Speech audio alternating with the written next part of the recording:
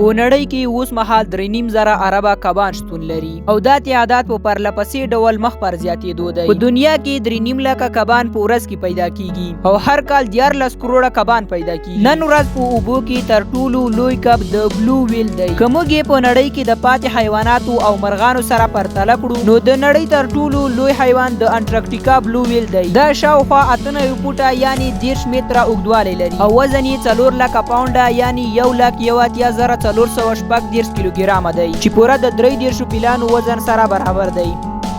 عبدالمنان افغان درته یو ځل بیا ښه راغلاست وایي.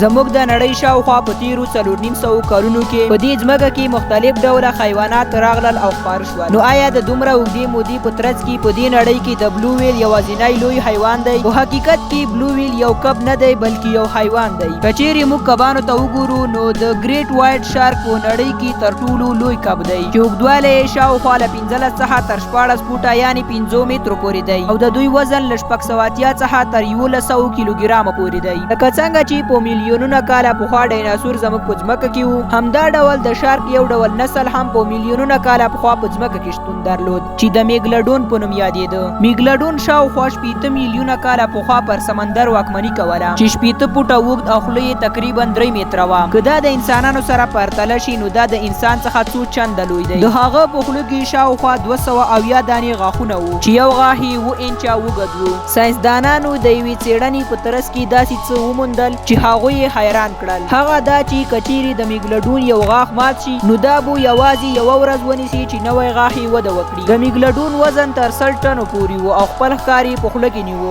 د هغه د قوت فشار شاوخوا 10 ټنه و چې په اسانۍ سره یې کشافونه هم ماتولی شول. د دومره لوی وجود سره د میګلډون شارک هره ورځ خورا لوی مقدار خوړو ته هم اړتیا درلوده. د ساینسدانانو په وینا دغو شارکونو د ژوندي پاتې کېدو لپاره هره ورځ تر 1 ټن پورې خواړه خوړل، کوم چې سمندري شارک، ویل، کوکلاین او یا هم د نورو شارکونو په خوړلو سره خپل خوراکي اړتیاوې پوره کولې. د میګلډون بچیان له 2 څخه تر 3 ټنو وزن درلود او 10 فوټه اوږده و. میګلډون د ژوندي پاتې کېدو لپاره په زیاته اندازه اوبو ته اړتیا درلوده نو دوی د سمندر په ژورو کې اوسېدل. له همدې امله میګلډون د ښکار لپاره د سمندر څنډو ته نه تلل. میګلډون اندازه خورا لویه وه او د اوبو ټیټه کچه د دوی لپاره وژونکې وه. د دومره لوی او ځواکمنتیا سره څه وجه وه چې میګلډون له نړۍ څخه له منځه ولاړل چې د دوی نسل یې له منځه یووړ.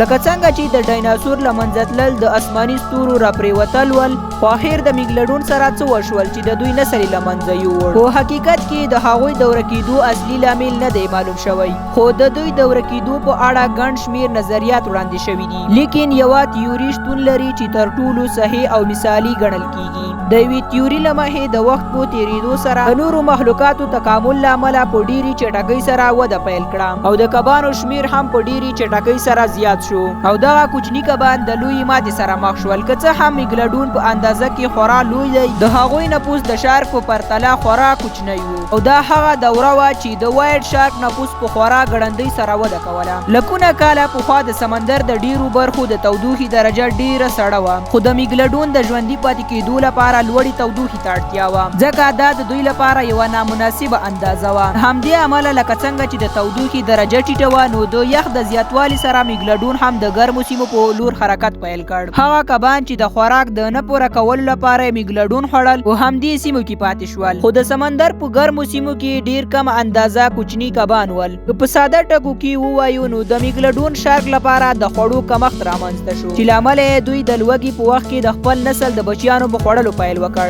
چې د دوی نسل له منځه ولاړ. خو آیا میګلډون اوس هم په نړۍ کې شتون لري؟ په تیرو څو کلونو کې داسې پیښې شوي دي چې ثابتوي میګلډون ژوندی دی. 1815 کې د میګلډون 2 غاښونه له سمندر څخه ترلاسه شول. کله چې د دوی کاربن ډیټینګ ترسره شو نو معلومه شوه چې دا غاښونه یوازې 10,000 کاله پخواني دي. خو دلته پوښتنه دا ده چې میګلډون لکونه کاله مخکې له منځه تللی نو له دغو غاښونو څخه یو یې څنګه 10,000 کاله پخوانی دی. د 2009 کال د هیسټري چینل په یو یو مستند فلم کې د کالیفورنیا په خلیج کې د شارک موندلو میشن هم په ژوندۍ بڼه وښودل شو، خو خلکو ویل چې دلته یو لوی شارک ماهی دی چې د دې سیمې کبان په ډېرې چټکۍ سره خوري. هغوی ویل چې دغه شارک شاوخوا 45 فوټه اوږد دی، او که دا رښتیا وي نو دا هیڅ وایټ شارک نشي کېدی، ځکه چې د هغه اوږدوالی یوازې تر 100 فوټو پورې دی. د دې خبر ترلاسه کولو سره د هسټري چینل ټیم سمندر ته لاړ او د دې ماهی د موندلو لپاره یې ماموریت پیل کړ، خو د زرګونو هڅو وروسته د هغه ځایه هیڅ کب ونه موندل شو. حتی نن ورځ د میګلډون په اړه په نړۍ کې ډېری نظریات شتون لري، خو عام خلک فکر کوي چې میګلډون لکونه کاله پخوا ورک شوی او په تیرو کلونو کې چې کوم شواهد او عکسونه ترلاسه شوي ټول جعلي دي. مګر میګلډون په بشپړ ډول له منځه تللی یا نه د دې وړاندوینه کول خورا ستونزمنه ده، ځکه چې داسې مخلوقات وو چې د ساینسپوهانو لخوا یو ډول معرفي شوي ول خو دوی په حقیقت کې بل ډول ول چې ډېری ناسم ثابت شول. ورته پیښه د سیلیکان په نوم له یو کب سره هم شوې وه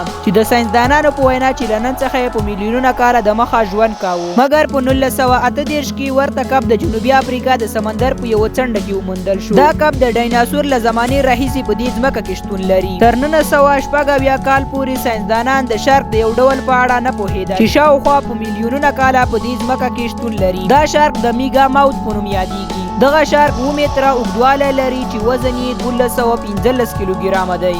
حتی په نننۍ عصري زمانه کې د ډیرو کلونو څېړنو وروسته موږ انسانان یوازې د سمندر شاوخوا 5% معلومات لرو او پاتې 95% په اړه یې هیڅ معلومات نشته چې نور څه ډول مخلوقات پکې شتون لري. تر نن ورځې پورې د میګلډون په اړه هیڅ معلومات نشته چې ولې او څنګه له منځه ولاړ. تاسو د دې په اړه څه وایئ؟ خپل نظر مو په کمنټ کې شریک کړئ.